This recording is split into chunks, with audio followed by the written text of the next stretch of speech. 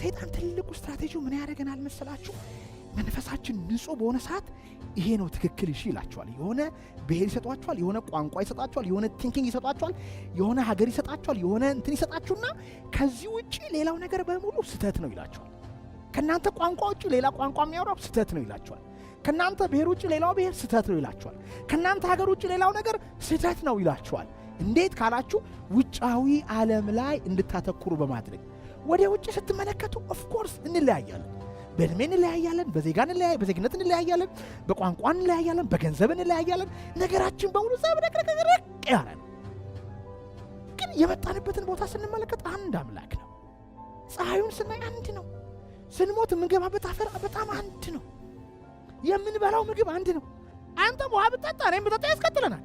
ስለዚህ አሁን ምንድን ነው በልጅነታችሁ ነፍሳችሁ ከአምላክ ትርቅና እማዬን፣ አባዬን፣ ቲቸርን፣ ሚዲያውን፣ መንግስትን፣ ሲስተሙን እያየች ከአምላኳ እየራቀች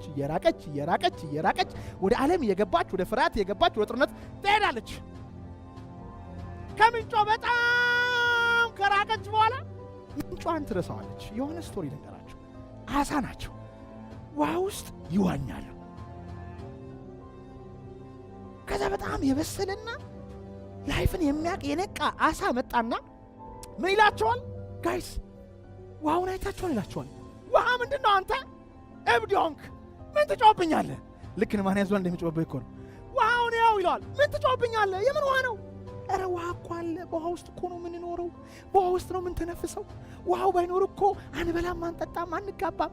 ይሄ እብድ የሆነ አሳ ብለው ሲሄዱ የሆነ ሰው ያጠምድና ሁለቱንም ሲያወጣቸው መንፈራፈር ጀመረ። በጭ ሲሉ ዞር ሲሉ ብራዘር ዴር ኢዝ ውሃ። ለካ ውሃው ነው ያኖራቸው። ለካ ውሃ ውስጥ ነው የሚተነፍሰው ጊላቸው። አበዱ። ግን ምንድነው ኢትስ ቱ ሌት። ከውሃው ስትወጡ ነው ውሃውን የምታውቁት። ከሰላም ስትወጡ ነው ጭንቀትን የምታውቁት። ከፍቅር ስትወጡ ነው መጠላትን የምታውቁት። እኔ ፍቅረኛዬ ጥላኝ ስትሄድ እንደተፈቀርኩ ገባኝ። ወይን ሽላስም ላይ የፌክ ፍቅር ማክቸዋሊ ግን ላይክ በቃ የምን ልደቴን ና ብላ ሰርፕራይዝ ስታደርግልኝ ልቤ ሰርፕራይዝ ነው። ይናውን ሲንግ ሲክስ ደውልልኝ ሳማሪስ ዋንቲንግ የሆነ ሰው እየፈለገኝ ነው ብሮ ላይክ። ከዛ በኋላ ግን ነገሩ ሲቋረጥ ቅድም ያልኩት ፕሌዥር ነው መቋረጥ ጀመረ። ገባኝ። ለካ ተወድጄ ነበረ። ለካ ተፈቅሬ ነበረ። ለካ የሆነ ሰው የሆነ አቴንሽን ሰጥቶኝ ሳጣው ገባኝ። ስለዚህ አሁን መቼ ነው የምታውቁት? እንደዚህ በሰላሙ ጊዜ ቁጭ ብላችሁ ከተባላችሁ ይገባችኋል። ወይም እንደዚህ አስተማሪ ቆሞ ሲያወራችሁ ከገባችሁ ይገባችኋል። ካልገባችሁ ግን ከውሃው ስትወጡ ይገባችኋል። ስትታመሙ፣ የመኪና አደጋ ሲመጣባችሁ። አሁን ለምሳሌ ባለፈው ትግራይ ክልል ጦርነት ነበር። ከዛ አሁን አማራ ክልል መጣ። ፖለቲካ አይደለም ማወራው ጋይስ። ነገ ደግሞ ምናልባት አዲስ አበባ ላይ ሊመጣ ይችላል። ሆኖስ ታጥሯል፣ ባንክ ተዘግቷል፣ ባሬዟል፣ መውጣት አትቻልም ሲባል ብሮ የታለ ብለህ እንዳትመጣ ብሮ ራሱ ዘጋው ነገር እያደረገ ነው።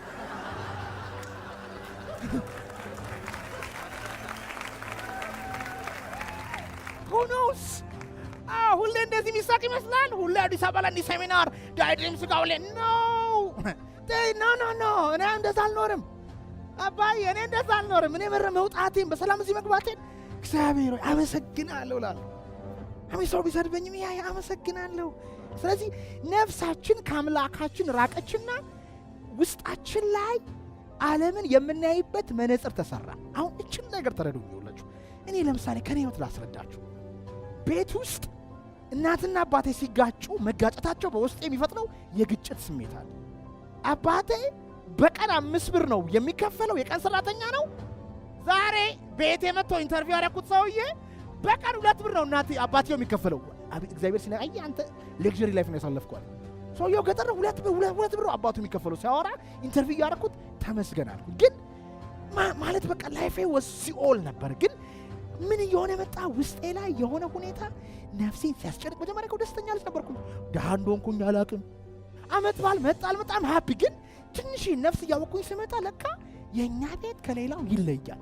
ይሄ ነገር በውስጤ የፈጠረው ፍርሃት፣ የጥረት ስሜት፣ ያለመፈለግ ስሜት፣ ደሃነኝ የማለት ስሜት፣ የጥላቻ ስሜት፣ ያለመፈለግ ስሜት እና ሐሳብ ውስጤ ላይ ሞላና ነፍሴ ከአምላኬ ጋር ያደረገችውን ኮኔክሽን እየበጠሰው ፈጣሪን ረስቼ ደሃነኝ የሚለው ድምፅ ሞላ።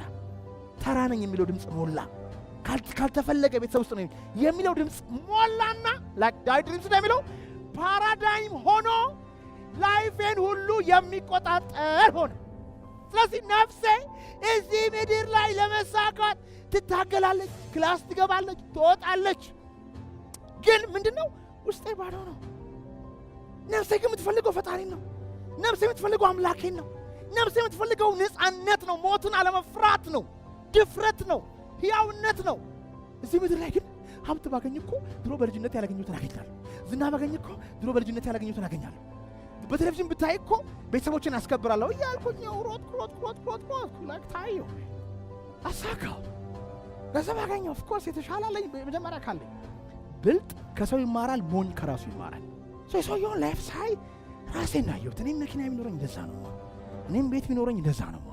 እኔም አግብቼ በወልድ ውስጤ ላይ ያለውን የአምላክን መንፈስ ካላገኘው እንደዛ ነው የምሆነው። ስለዚህ ምን ማድረግ አለብኝ? የመጣው ይምጣ፣ ያበጠው ይፈንዳ፣ ውድ የሆነውን ነገር አገኘው። አሚን ሰዎች ሳዩ ድሃ አድርገው ሊያስቡ ይችላሉ። መኪና ስለሌለ፣ ቤት ስለሌለ፣ ደህና ስለማትለብስ፣ ሰዓት ስለማታደርግ ሰዎች ድሃ ሊያደርጉ ይችላሉ። ግን በአምላክ ፊት ሀብታም በምድር ፊት ድሃ ነው። በምድር ፊት ሀብታም በአምላክ ፊት ደግሞ ድሃ ነው። ኦኬ ማን ያዘዋል? ይህን ትግባባለህ?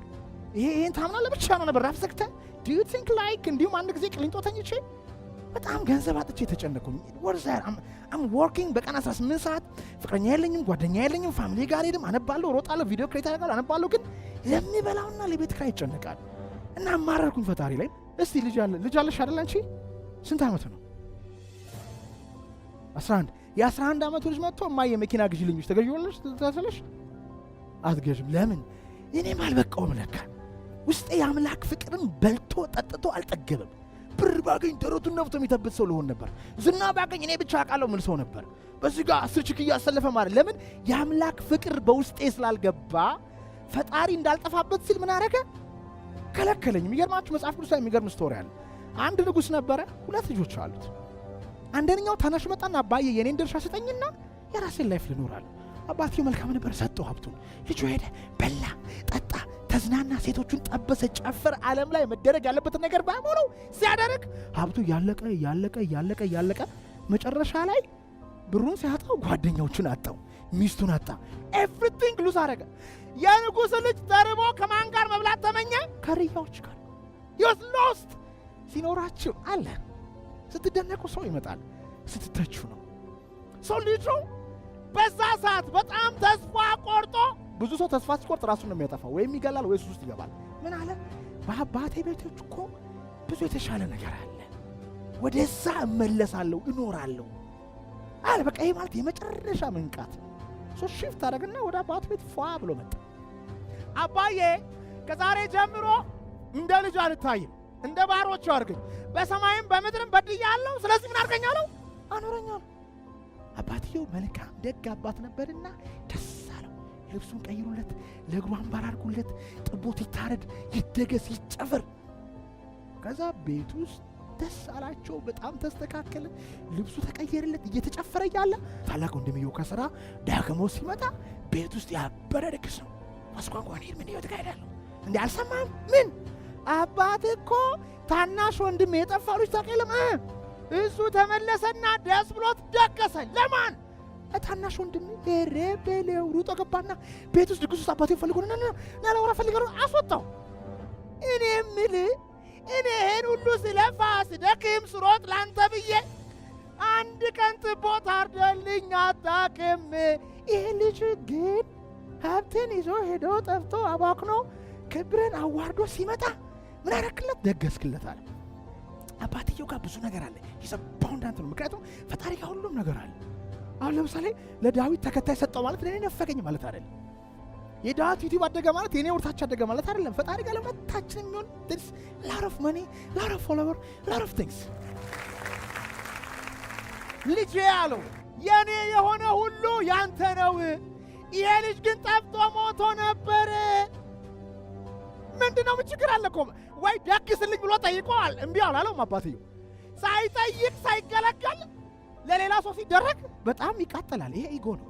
ሰውየው ሊቀጥር ሄደና አንደኛውን ያገኘው 6 ሰዓት ያገኘው፣ አንደኛውን 9 ሰዓት ያገኘው፣ አንደኛው 11 ሰዓት ያገኘው እና የከፈላቸው አንዳንድ ዲናር ነው ልትሰይ መጨረሻ ላይ ማለት አንዱን 6 ሰዓት አንዱ 9 ሰዓት አንዱ 11 ሰዓት አገኘና በአንዳንድ ዶላር ወይም ዲናር ኦር ብር ቀጠራቸው መጨረሻ ላይ እኩል ሲከፍላቸው 6 ሰዓት የመጣው እንዴት ነው ከዛ ጋር እኩል የሚከፈለኝ 11 ሰዓት ከመጣው ጋር እንዴ ምን አገባ አንተ መጀመሪያ ተቀጠርከው በስንት ነው በቃ አንተ ያልከኝ ከለከልኩ this is ego ስለዚህ ነፍሳችን ምን አደረገች ፈጣሪ ጋር እኮ መኪናው አለ ቤቱ አለ ያው የሆነ መንግስት አለ ደስታ everything አለ ግን ነፍሳችን ዓለም ላይ ጠፋች ዓለምን ደግሞ ሰይጣን በሆነ መንገድ ኮንትሮል ያደርጋል ሚዲያውን ያደርጋል ይሄ ሁሉ ጦርነት እያለ ፖለቲከኞች ብቻ ይመስላችኋል ከበስተጀርባቸው ወፍራም ሰይጣን አለ ዓለም ላይ ይሄ ሁሉ የሰው ልጅን ዲስትሮይ የሚያደርግ መሳሪያ ሲገነባ ሰዎች ብቻቸውን አይፈጥሩም they are inspired by the devil ይሄ በጣም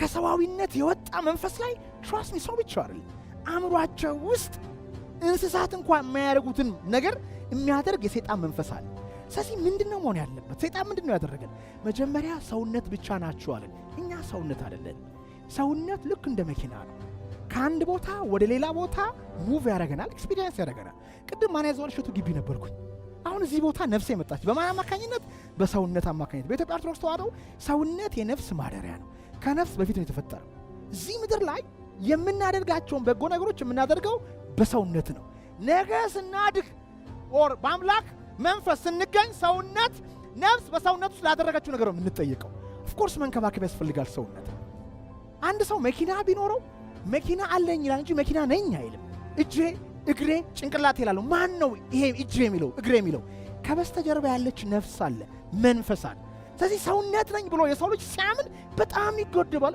ጋሼ የሚሞት ነው እኮ ነገ ሊቆረጥ ይችላል ሌላኛው ምንድነው አእምሮ የሸወደን አእምሯችን ሰይጣን አእምሯችን ነን የምናስበው ነን ይሄ የሚፈራውን የሚጨነቀውን የሚጠራጠረው ነን ሐሳባችን ነን አለ ሐሳባችን አይደለም እኛ ሐሳባችን እኮ እንደዚህ አይደለም ማን ይዟል ቅሪንጦ ያለ እንደዚህ አይደለም የሚያስበው የዛሬ 6 ወር የምትወጡ ማሰበው ዛሬ ላስብ ሐሳቤ ይቀያየራል ታዲያ ሐሳቤ የሚቀያየር ከሆነ እውነተኛ ማንነቴ ነፍሴ አትቀያየር አምላክ ነው የፈጠረው አምላክ ነው የፈጠረው ሐሳብ ከሆናችሁ ለምሳሌ አሁን የምታስቡን የዛሬ 6 ወር አስበሽ ነበር አላሰብሽም ስለዚህ ሐሳቡ ይሄዳል ይመጣል አንቺን አለም ጀስት ሐሳብ ነው አእምሮአችሁ ውስጥ ድምፅ አለ ጀስት ድምፅ እኮ ነው nothing else አትችም ይልሻል ሐሳብ ነው እኔ አንዳንዴ ሲተቹኝ ምናምን ነገር እንዴት ነው ሰርቫይቭ ማድረግ ወንድሜ የሰዎቹ ኮሜንት በሙሉ የሰዎቹ ኮሜንት ነው who are you man ማን አንተ እኔ ዲፋይን ማድረግ ማን ብሮ ለምሳሌ ኮሜዲያን ሸቱን ቢጠየቁኝ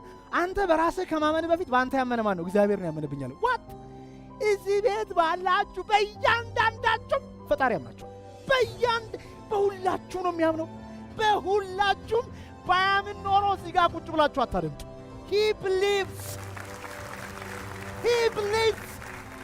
ሰው ራሱን የሚጠራጠር ሰው ሐሳቤን ነኝ የሚል ሰው ኢማኑን ፈጣሪን እየተጠራጠረ ኃይሌ ገብረስላሴ ለምትጠይቀው በኃይሌ ሪዞርት ታፍራለህ ብትለው ምንድነው ቤተልሔምን ለምትጠይቃት በሶሎሞን አታፍርም ኢሎን ማስክ በስፔስ ኤክስ ታፍራለህ ብትለው አያፍርም በቴስላ አያፍርም he's confident ቦብ ፕሮክተር ዳይ ድሪምስ ሴሚናር ይለውጣል አይልም he believes in it that's why you come here